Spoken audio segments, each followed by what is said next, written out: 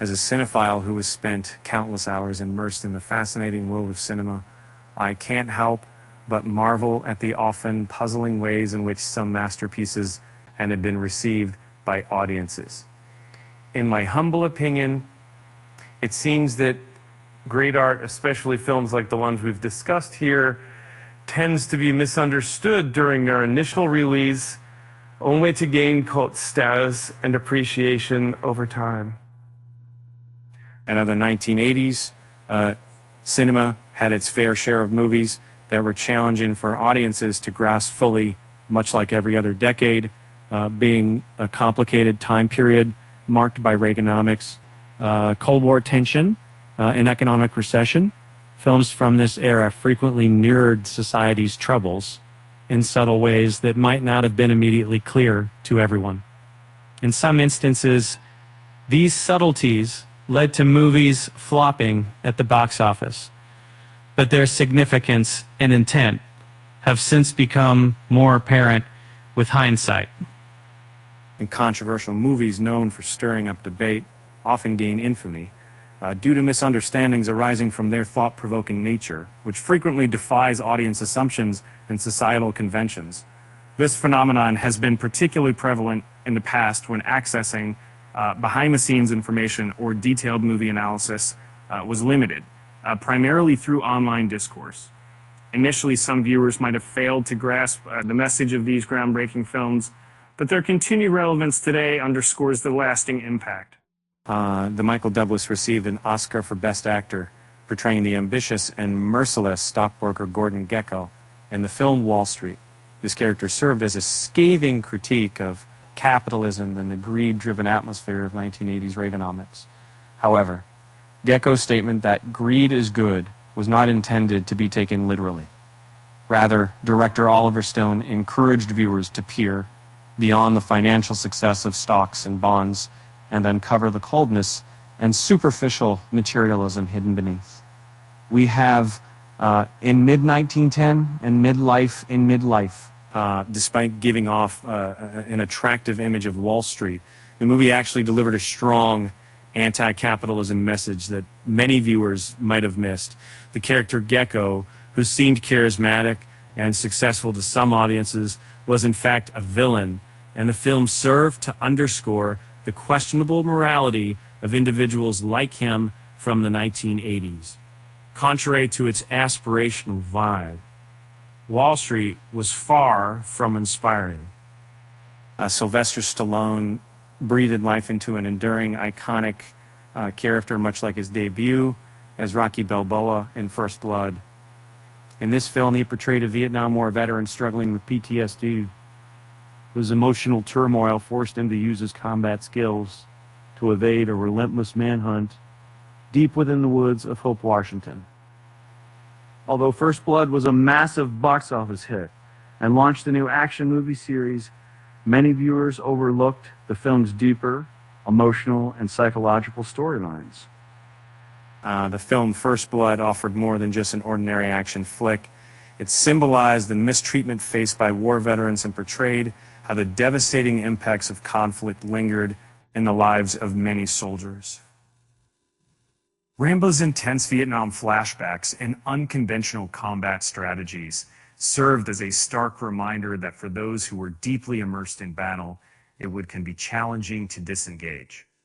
Essentially, First Blood conveyed a deep emotional narrative, but its transformation into a high-octane action series highlighted the audience's misunderstanding of its true message. Well, Anthony Hopkins' portrayal as Dr. Hannibal Lecter in The Silence of the Lambs is widely regarded as the definitive screen interpretation. It's important to note that Brian Cox initially brought the character to life in Michael Mann's Manhunter. This film, an adaptation of Thomas Harris's novel Red Dragon, was initially a box office disappointment, but is since to gain cult status. With one of the best synth movie scores from the 1980s, Manhunter transcended typical crime thrillers by focusing on pure style and atmosphere rather than just plot. Mann employed color to create a subtly toned visual style for the film Manhunter, which effectively conveyed its atmosphere. Although some modern viewers found the movie's artistic approach off-putting during the 1980s, It now stands out as a unique gem among a sea of forgettable and unremarkable crime thrillers from that era. Regrettably, Manhunter didn't receive the recognition it deserved at the time. However, its emphasis on mood and tone left an indelible impact on subsequent films like Seven. Initially, RoboCop seemed like a typical high-octane action film, heavily influenced by The Terminator to most viewers when it debuted in 1987. Despite this initial impression, it turned out to be a box office success and the birthplace of an entirely new series. However, beneath its sci-fi action veneer lies a more profound message about human nature, self-identity, corporate greed, and corruption, making RoboCop's themes far richer than the typical action movie in the genre. RoboCop served as a sharp critique of Reagan-era economic policies, cleverly poking fun at conservative concerns about drugs and crime. Its symbolic religious undertones, reminiscent of Jesus Christ's crucifixion, were not widely discussed until the advent of the internet and its ability to facilitate widespread debate. Today, viewers across the globe can discuss the intricate satire of RoboCop and online, making its complex themes more accessible than ever before. Here's the vision of one of his most memorable roles, Al Pacino, shown in the film Scarface, a movie that left an indelible mark on pop culture with its imagery and catchphrases. As Tony Montana, Pacino brought to life a degree of brutal excess that exposed the ruthless and audacious character of gangsters, giving a fresh spin to the 1932 Howard Hawks film for a contemporary audience. However, it's important to note that Tony Montana has since been adopted as a symbol in hip-hop culture. Those who viewed Scarface as an endorsement of criminal behavior likely missed its true message entirely. In the movie Scarface, scenes like the infamous My Little Friend shootout and the extravagant piles of cocaine portrayed serve as a stark reminder of materialism's emptiness. Although some viewers might have viewed Tony as an embodiment of criminal prosperity, his problematic narrative actually offers a critique of the American dream's void. Despite transforming from a destitute immigrant into a drug lord, Tony lost sight of life's genuine purpose and meaning. And despite frequently being hailed as one of the best war films ever produced, it's surprising how little appreciation the thing received from audiences when it first came out. Even though John Carpenter's chilling tale of mistrust and paranoia has stood the test of time, the thing fell short at the box office, as viewers preferred the more hopeful. A Kind of Loom, however, had a division as the discovery by Song Intentional Systems that are repiled and extremely worse by Upside of the U.S. Motor. Over the years, the esteem for the film, titled The Thing, has undeniably risen, earning it a spot as one of John Carpenter's most significant works. This reevaluation has solidified its status as an everlasting classic and a must-see for any horror enthusiast.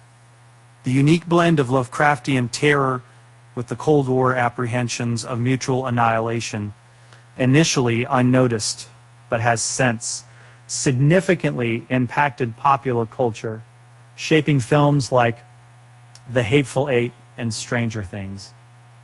In contrast to the hopeful outlook found in John Hughes' teen films like 16 Candles and The Breakfast Club, Heathers portrayed a bleak, cynical perspective that reflected the struggles faced by people during Reagan's era. Although it was a sharp critique of high school life, the movie didn't resonate with audiences and flopped at the box office. The concept of a dark teenage film exploring the grim realities of bullying and suicide was so far ahead of its time that viewers didn't fully grasp its message. Reflecting on it now, the film Heathers turned out to be an incredibly impactful piece of work whose significance grew over time. Initially, audiences appreciated its outrageous plot lines and the offbeat humor without fully grasping its deeper meaning. However, with hindsight, it's clear that this movie was a subtle yet powerful social critique on serious matters. Nowadays, Heathers is regarded as a culturally significant coming-of-age film, having been transformed into a musical and even reimagined for television. David Lynch, a renowned surrealist director, has consistently blazed his own trail in filmmaking, regardless of whether critics or viewers fully grasped his unique work. This was evident in his groundbreaking debut, Eraserhead, and continues to this day with productions such as Twin Peaks: The Return. However, there was one exception, the adaptation of Dune, where he did not get final cut privileges. A financial and artistic flop, Lynch swore never to repeat that mistake, and instead doubled down on his distinctive, sometimes challenging his subsequent film Blue Velvet. At the time of its premiere, Blue Velvet was broadly misunderstood, as David Lynch hadn't yet achieved widespread recognition for his unique, surreal, and eerie portrayal of suburbia's hidden from darkness. The film was initially perceived as an odd and excessively sexualized piece, overlooking its profound social critique on the suppressed violence and yearnings within society. Today, Blue Velvet enjoys cult status. During the 1980s, it simply proved to be too avant-garde for mainstream viewers. In the 1980s, Martin Scorsese's film, The King of Comedy, stood out as one of the decade's finest productions, yet regrettably, it failed to resonate with audiences. This intriguing book, exploration of celebrity worship and obsession, was a story about an aspiring comedian kidnapping his idol, and it bore many similarities to Scorsese's most compelling works, such as Taxi Driver, due to its complex character study that hinted at the darker themes prevalent in his previous movies. However, The King of Comedy was largely overlooked upon its release, but with time, its biting satire has only grown more pertinent. In one of his most remarkable roles, Robert De Niro portrayed Rupert Pupkin, an eccentric stand-up comedian grappling with mental health challenges who masterfully straddled the boundary between humor and tragedy. The unsettling and uncomfortable narrative style was perhaps too progressive for the 1980s audience, but it has since left a significant impact on subsequent films. The blockbuster success of Joker, which drew inspiration from the King of Comedy in numerous ways, serves as a testament to its lasting influence. The fact that Driving Miss Daisy took home the Academy Award for Best Picture over Do the Right Thing perfectly encapsulated how misunderstood this classic film was by contemporary audiences. As an insightful crime drama by Spike Lee, Do the Right Thing addressed racial issues in a timely and urgent way, and when contrasted with Driving Miss Daisy, it was clearly a much more pressing and powerful film. However, those who criticized Do the Right Thing's depiction of violence failed to understand the deeper meaning at the heart of the film.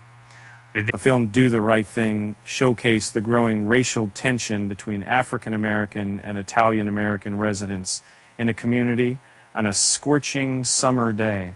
Upon its release, there were criticisms that it could provoke riots, despite the movie's main theme being anti-violence.